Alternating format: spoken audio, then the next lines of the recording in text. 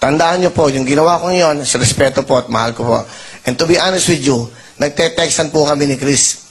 To be honest with you, kung ano nangyayari po, please, say hello to my mom nandito sa ospital at pakibati lang sa kayong anak ko, si Baby James at si Josh. Kasi tuwan-tuwa ang mami ko pag binabati mo si Josh. One time, isang gabi ho, nag-text sa akin si Chris. Sabi niya, alam mo, umiiyak ako, Willie. Sabi niya, kasi kumanta ka with that black guy, kinanta ikaw na nga. Tapos after mo kumanta, nasa hospital kami, si Baby James lumapit sa TV, hinalikan ka.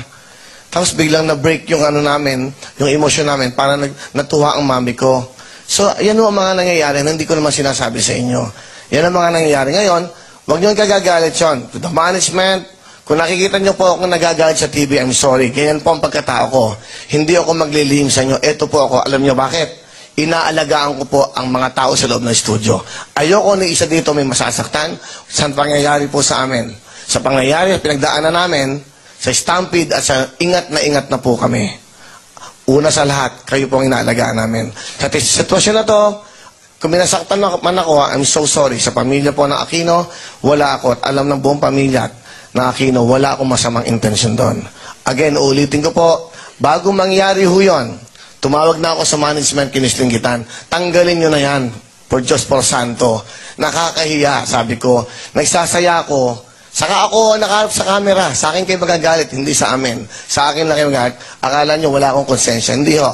Gusto ko lang experience ko ulit. Bago mangyari yan, tumawag na ako sa management. Tumawag na ako, tanggalin nyo na yan.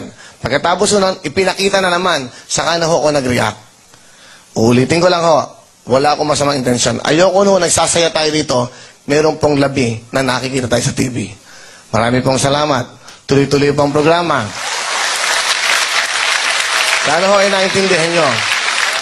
Kasi kahapon ho, nung sinasabi ko yan, yung mga audience sa loob ng studio, nagpalakpakan pa ho. Kasi parang ang feeling nila, tama naman. Tama ho yun. Hindi ho para, ang pangit, isipin nyo may patay, nagsasaya kami.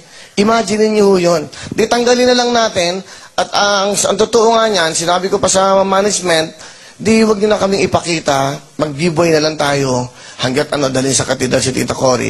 Sinabi ko pa ho yan, ako okay lang. Susunod ka, hindi, mag-tape kayo, maya-maya, mag-live na kayo. So, ganun ho ang buhay namin sa live. Anything goes. Ulitin ko ho, wala po akong kinakatakutan sa pangyayaring yan.